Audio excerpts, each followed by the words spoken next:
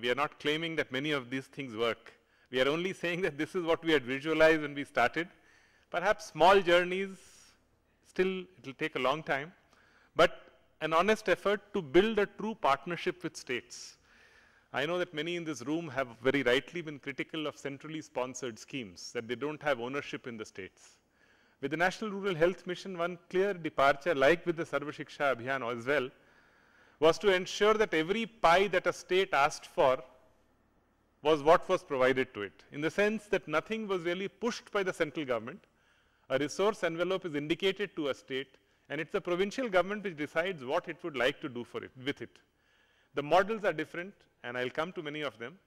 The reason why it has become a platform for innovations, a lot of the studies that you see around here, even on the posters, is because states could think through how they would like to address their problem. In many of our, if Bihar did not have lab technicians and it wanted to get the primary system going, the only way it could do it was through a public-private partnership to get the diagnostics going. In some other state, that may not have been required. So this clear notion that it's for provincial governments to decide what is it that they need to do within a broad framework of decentralization, within a broad framework of communitization. So that is the framework that we had in mind when we began. But I think the Alma Ata is framed, known to everybody. What guided us was some of the discussions around the Alma Ata, but it was also felt that poor people don't only have primary care needs, they also have secondary and tertiary care needs, and they also need to be thought through. Lot of experiments in states, some of them have been discussed in the earlier sessions, have been around them.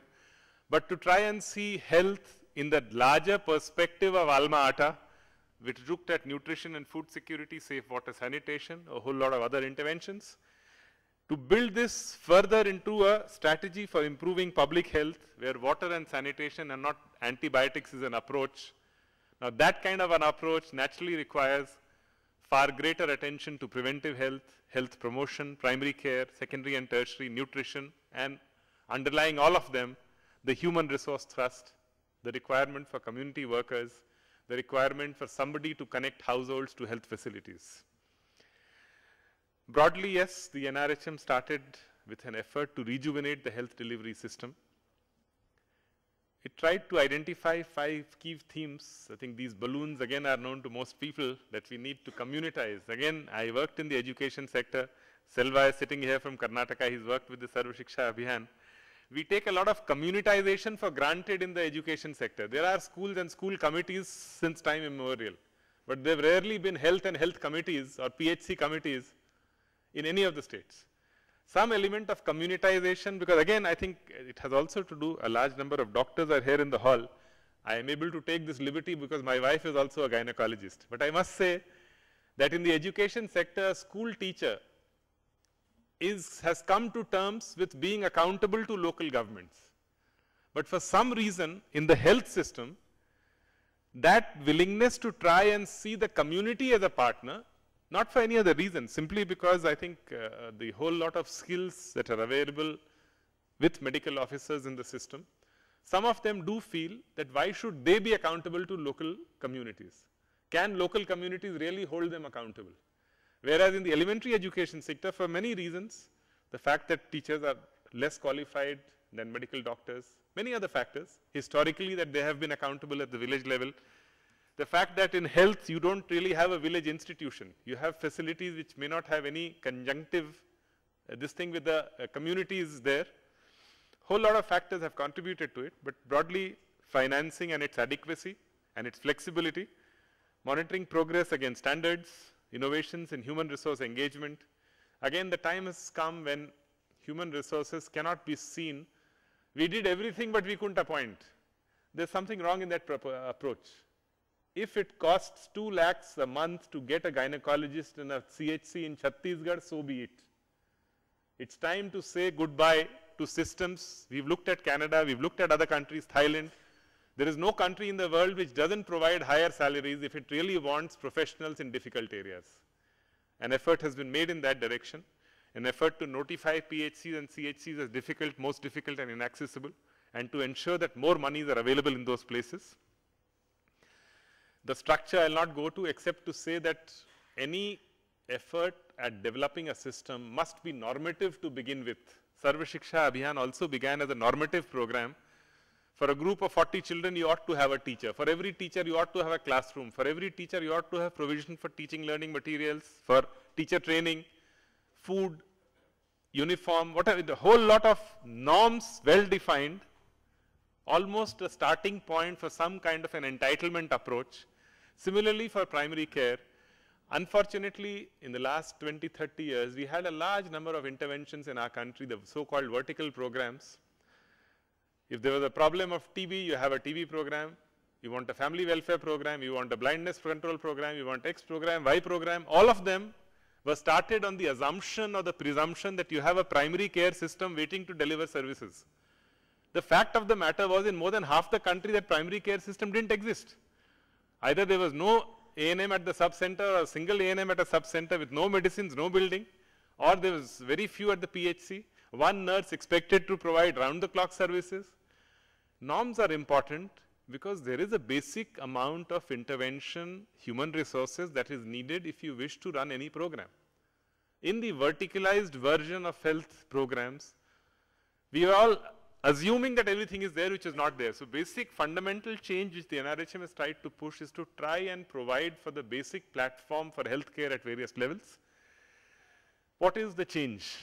I know it's early days for a program which tries to attend to the size that it is attempting and the sector that it is working on.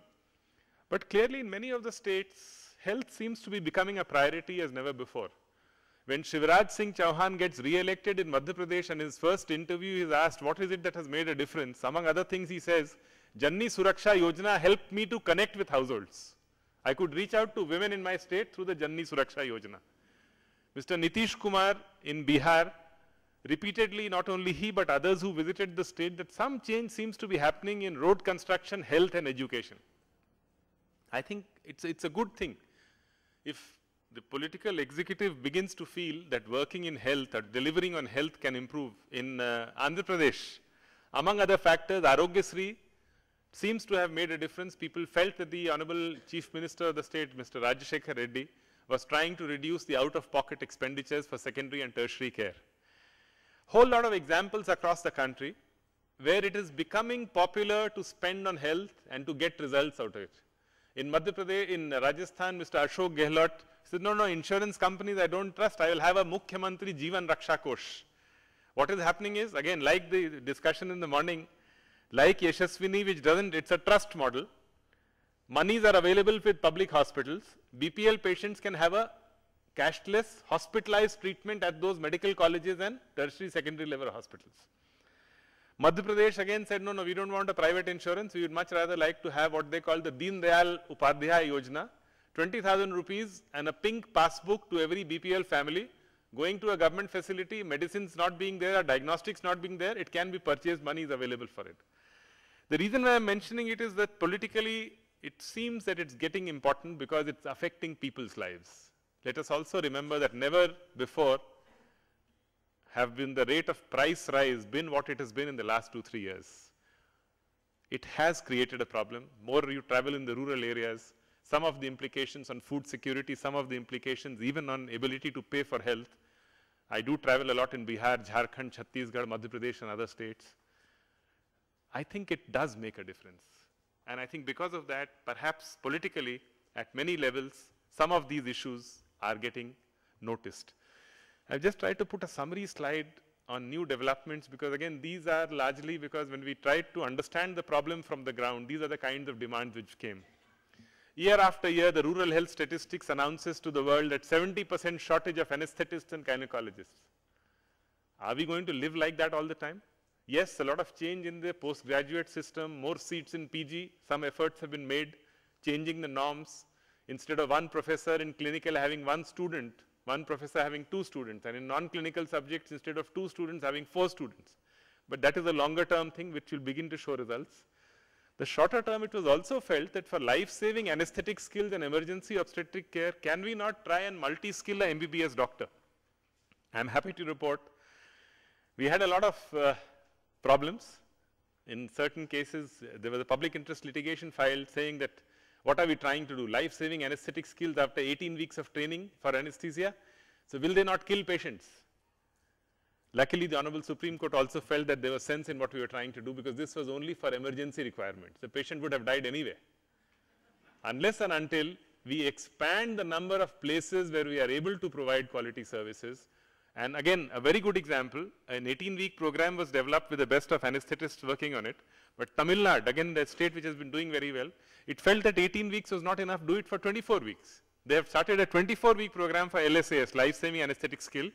Again, I'm very happy to report last time when I traveled to 6-7 districts of Tamil Nadu, in 6 or 7 block PHCs, seeing cesarean sections taking place in block PHCs simply because the MBBS doctor is now multi-skilled, he's trained to be an LSAS. I think we will have to think in those ways, ways of doing things. A diversity of models on emergency transport, from no-cost models to, a whole lot of debate about the cost of, I find in some of the studies as well. We've had, we said, we have to let 100 flowers bloom. There cannot be one model which is good for every state. Madhya Pradesh has the Janni Express, where they have ensured that the referral transport money is all pooled together, and in every district there's a control room. Women, before their deliveries, if they contact a particular number, they are able to get the service of an emergency transport. But then that is not a paramedic model. There are other models like the 108. The criticism is that the cost is probably on the higher side. There are yet other models like the Red Cross Society in Haryana running the 102 model. In Bihar, where the patient has to pay for that service, the 102 model. The important thing is that in the last 4 or 5 years, 15 to 16 states and union territories of the country can boast and claim that they have an emergency transport model that works. Call a number and you get the ambulance. It is a requirement of the health system. The reaching out to difficult areas, local criteria and selection. Chhattisgarh, nurses in BSc nursing courses, there is a reservation of seats for the community health workers, the Mitanins. About 250 of the Mitanins have joined nursing schools, and more should follow. So principles of local criteria and selection we need to promote on a much larger scale. Ultimately, some system of Anganwadi workers and Ashas who have the educational qualification and the ability to do nursing courses. Again, the government of West Bengal, for doing the second A&M, they said, we will not select anybody. We will select somebody from the Gram Panchayat, a woman from the Gram Panchayat. She will be trained after she is selected. Selection only on the basis of marks through the Gram Panchayat.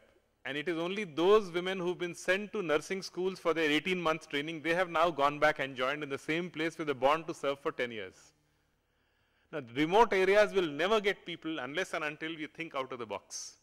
To say that I need 100,000 more nurses doesn't make sense to me. Where do I need them and how will I get them? So the second order questions is what we have been attempting to answer.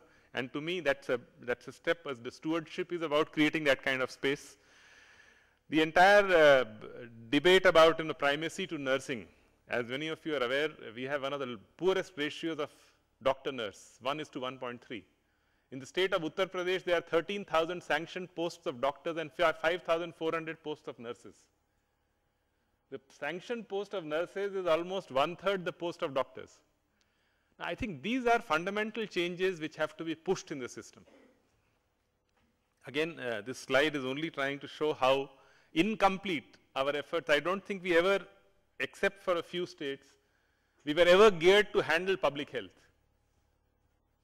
We were geared with all kinds of bits and pieces of it, but never to handle the entire public health requirements. A good public health system will need health regulation, something which is almost absent in many parts of the country. It will need a good directorate of tertiary education, a directorate of hospital services, a directorate of public health. It will need an Institute of Health and Family Welfare for training.